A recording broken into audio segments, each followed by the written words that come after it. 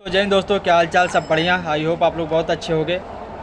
एक गणनायक फिल्म से पवन सिंह का एक सॉन्ग आता है, जिस सॉन्ग का नाम रहता है कि ले आए सौतीन बंगलिये से।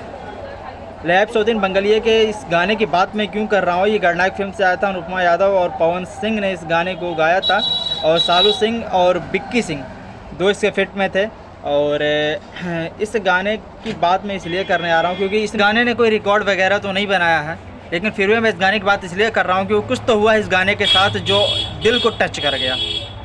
हालांकि बात सिर्फ इतनी सी है कि रितेश पांडे और सालू सिंह का शायद से कोई गाना आने वाला है। उस गाने के शूटिंग के टाइम पर इन दोनों ने इस गाने पर रील बनाया था और पवन सिंह के गाने पर अगर रितेश पांडे रील बना रहे हैं तो बहुत बड़ी बात है, इस केवल भोजपुरी के लिए।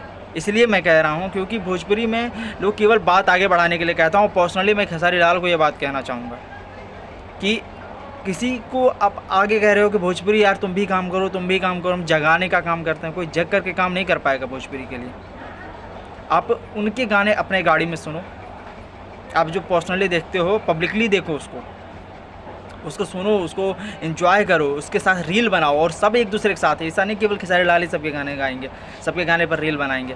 सब लोग एक दूसरे के गाने पर जब रील बनाएंगे तब इंडस्ट्री बड़ी होगी, क्योंकि जब तक दोनों एक साथ नहीं आएंगे, मुट्ठी नहीं होगी, तब तक मजबूती नहीं होगी। तो सबको एक साथ मिलना पड़ेगा पहले, इसलिए। और रितेश पांडे का पहले आप ये एक रील देख लीजिए।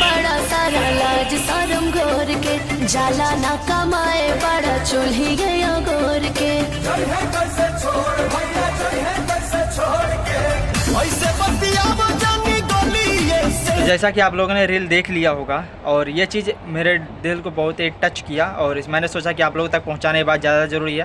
तो मिलते हैं अगली वीडियो में कोई नए फैक्ट के साथ, तब तक के लिए इजाज़त दे दीजिए। जय हिंद।